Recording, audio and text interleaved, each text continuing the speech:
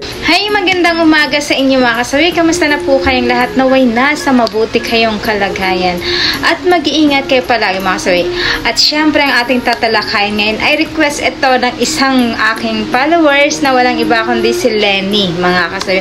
At syempre pagbibigyan natin ang kanyang topic. At alam ko na maraming makaka-relate na mga kababaihan pagdating sa topic na ito at mga kalalakihan mga kasawi. Ano ang tatlong dapat gawin para mabaliw sa'yo ang isang lalaki pagdating sa kama, mga kasawi? Ang unang dapat natin gawin, mga kasawi, is hawak-hawakan ang lato-lato nila, mga kasawi. Siyempre kapag once ng isang babae ay hinawak-hawakan or pinaglalaruan ang itlog nila at hotdog mga kasawi, ay talaga namang masasarapan ng isang lalaki pagka ito ang ginawa.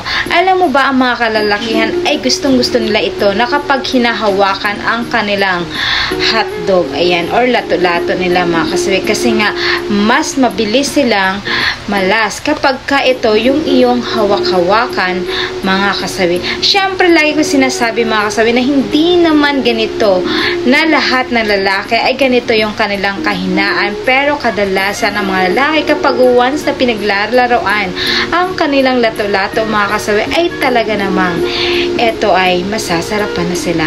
At syempre lagi ko sinasabi mga kasawi na maganda ito kapag ka once lalo na talagang sinisip-sip mo ang kanilang itlog mga kasawi, kasi mas kakaiba ang sarap na dulot nito para sa kanila, kasi mas kakaibang experience ito kapag ka ito yung iyong ginawa sa kanya, ay talaga namang babalik at babalikan ka ng iyong asawa kapag ka ito yung iyong ginawa. At syempre kapag once kasi ang isang lalaki ay nasasarapan na ito, ay talaga namang sasabihin niya ito sa inyo mga kasawi na ito yung gusto niyang gagawin ulit sa kanya mga kasawi.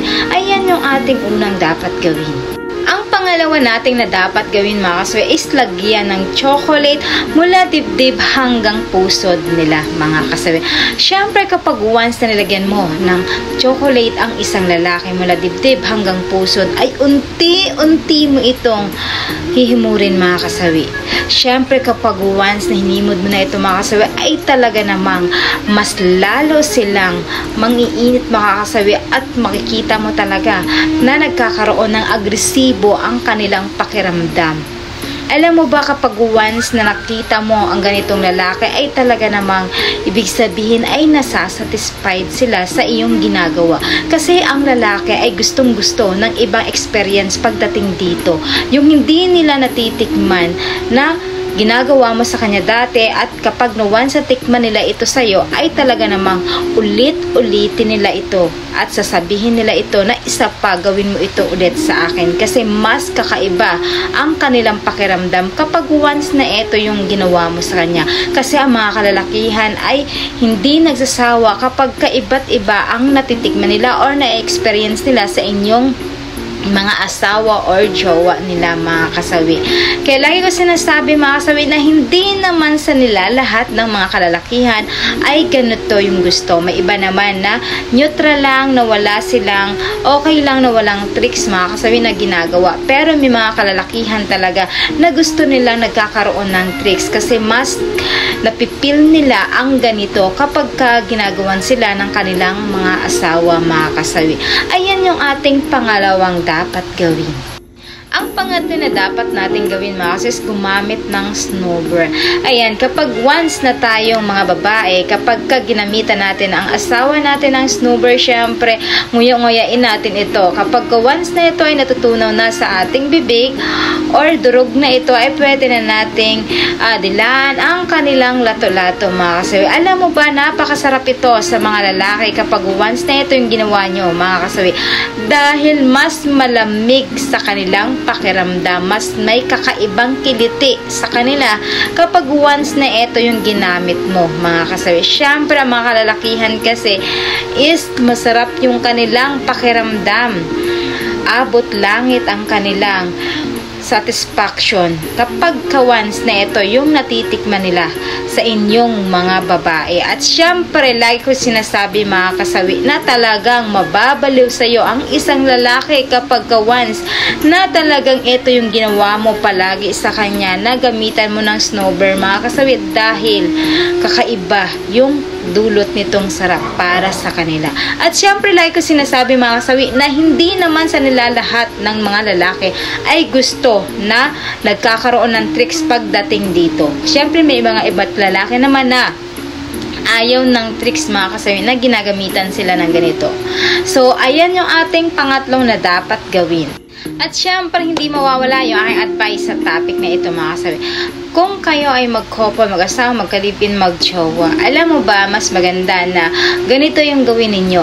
Kausapin nyo yung asawa ninyo kung ano yung kagustuhan nila na gagawin sa kanila. Para at least kapag once na ito yung ginawa mo sa kanya, ay mas andun mo pakiramdam na talaga na satisfied ang isang lalaki.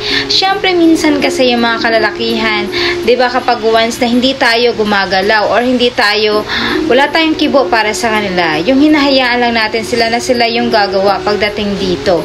So, kailangan kayo ang gumawa ng paraan na para mapaligayan ninyo ang inyong asawa at magkaroon ng bagong adventure pagdating dito sa paglabing-labing. Kasi napaka-importante yan sa mga kalalakihan na talagang magaling ka mag-drive. Magaling ka sa mga tricks or na dapat gawin na kakaiba para sa kanila. Kasi nga, kapag once yan na natikman sa inyo mga kasawi, sa mga legal wife, jowa, ayan ka-live-in, ay talagang hindi sila mag-atubili na talagang maghanap pa ng iba dahil natikman niya na sa'yo yan. At higit sa lahat mga kasawi, is napaka-importante ito sa mga kalalakihan. Kasi mga kalalakihan ay talagang sumusubok sila ng iba't ibang experience. Mo ay mas satisfied sa iyo ang asawa mo, ay ito masama mga kasawi. Kaya dapat ikaw na yung gumawa sa kanya dahil legal naman ito, dahil mag-asawa naman kayo. Diba? Lagi sinasabi na mas maganda na napapaligayan ninyo ang inyong asawa. So, ayan lang yung aking advice mga kasawi. Maraming salamat sa patuloy na pagsuporta ninyo sa akin. So, walang sawang pag-share, pag-comment at pag-react. At higit sa lahat mga kasawi, ayan, kay Lenny, ito na po ang inyong requested na topic ngayong umaga. Grabe, at ito talaga ay napasubo ang inyong advisor sa topic na ito. Maraming salamat mga kasawi. Mahal kayo ng inyong advisor. Bye!